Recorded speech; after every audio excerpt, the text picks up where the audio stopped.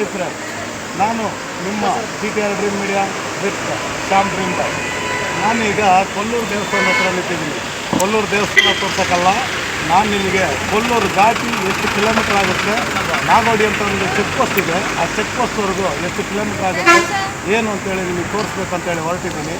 ಬನ್ನಿ, ಆ ಘಾಟ್ ಸೆಕ್ಷನ್ ಹೇಗಿದೆ, ಪ್ರಕೃತಿ ಸೌಂದರ್ಯ ಹೇಗಿದೆ, ಮತ್ತು ಇಲ್ಲಿಂದ ಎಷ್ಟು ಕಿಲೋಮೀಟ್ರ್ ಘಾಟಿ ಇದೆ, ಮತ್ತು ಏನು ಅಂತೇಳಿ ಆ ಪ್ರಕೃತಿ ಸೌಂದರ್ಯನ ಸವಿತಾ ಮಾತಾಡೋಣ. ಬನ್ನಿ, ಕಿಲೋಮೀಟ್ರ್ ನೋಡ್ಕೊಳ್ಳಿ.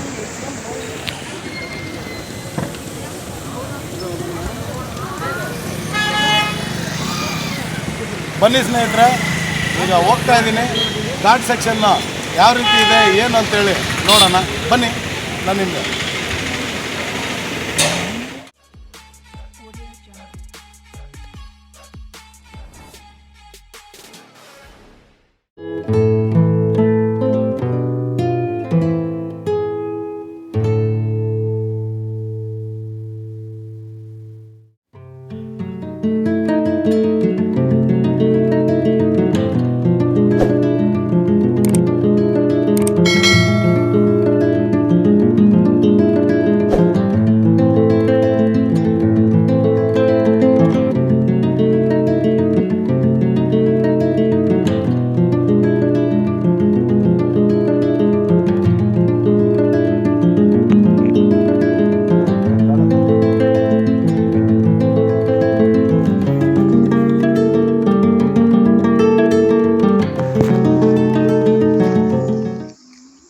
ನೋಡಿ ಸ್ನೇಹಿತರೆ, ಇದು ಕೊಲ್ಲೂರು ಘಾಟಿ ಮಧ್ಯದಲ್ಲಿ ಇಲ್ಲ, ಇನ್ನೂ ಸ್ವಲ್ಪ ಮಧ್ಯಕ್ಕೆ ಹೋಗ್ಬೇಕಾದ್ರೆ ಇನ್ನೂ ಮೇಲೆ ಹೋಗಬೇಕು.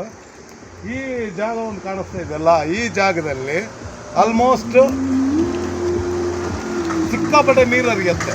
ಈ ಮಳೆಗಾಲದ ಟೈಮಲ್ಲಿ ನೀರು ಹರಿಯುತ್ತೆ. ಈಗ ನೋಡಿ, ಬೇಸಿಗೆಯಲ್ಲಿ ಕೂಡ ಅಲ್ಲಿ ನೀರು ಕೆಳಗೆ ಬೀಳ್ತಾ ಇರೋದು ನಿಮಗೆ ಕಾಣಿಸ್ಬೋದು, ಅಲ್ಲಿ ಹರಿತಾ ಇರುತ್ತೆ ಇದರಲ್ಲಿ ನೀರು. ಮಳೆಗಾಲದಲ್ಲಂತೂ ಎಷ್ಟು ಚೆಂದ ಕಾಣಿಸುತ್ತೆ ಅಂದರೆ ಸಕ್ಕತ್ತಾಗಿ ಕಾಣಿಸುತ್ತೆ. ಕೊಲ್ಲೂರು ಘಾಟಿಯಲ್ಲಿ ಒಂದು ಸರಿ ಬಂದರೆ ಈ ಜಾಗದಲ್ಲಿ ನಿಂತು ಈ ನಯನ ಮನೋಹರವಾದಂಥ ದೃಶ್ಯನ ನೋಡ್ಕೊಂಡು ಬನ್ನಿ.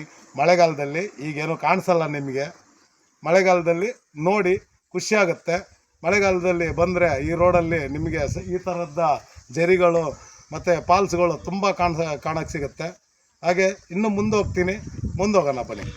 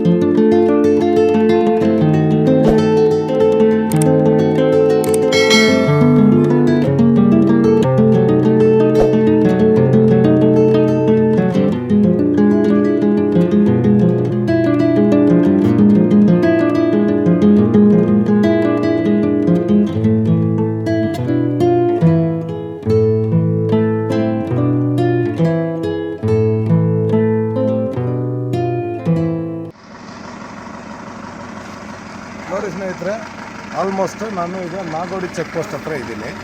ನಾಗೋಡಿ ಚೆಕ್ ಪೋಸ್ಟ್ ಅಂದರೆ ಈಗ ನಿಮಗೆ ಕಾಣಿಸುತ್ತೆ ನೋಡಿ, ಈಗ ಕೊಲ್ಲೂರಿಂದ ಬರುವಂಥ ರೋಡ್. ಈಗ ಈ ರೋಡಲ್ಲಿ ಹೀಗೆ ಸೀದಾ ಹೋದರೆ ಶಿವಮೊಗ್ಗಕ್ಕೆ ಹೋಗುತ್ತೆ. ಮತ್ತು ಇಲ್ಲೊಂದು ರೋಡ್ ಕಾಣಿಸುತ್ತೆ.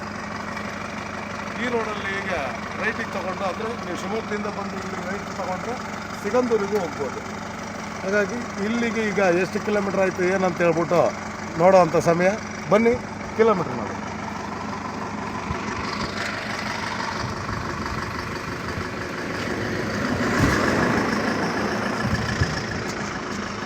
ಇಲ್ಲಿಗೆ ಎಷ್ಟು ಕಿಲೋಮೀಟ್ರ್ ಆಯಿತು ಅಂತೇಳಿ ಹೇಳ್ತೀನಿ, ಬರೆದು ತೋರಿಸ್ತೀನಿ ನಾನು ನಿಮಗೆ. ಇಲ್ಲಿಗೆ ನನ್ನ ವಿಡಿಯೋನ ಕ್ಲೋಸ್ ಮಾಡ್ತಾಯಿದ್ದೀನಿ.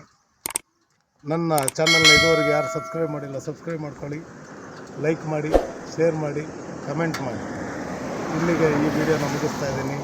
ನಮಸ್ಕಾರ. ಮುಂದಿನ ವಿಡಿಯೋದಲ್ಲಿ ಸಿಗ್ತೀನಿ.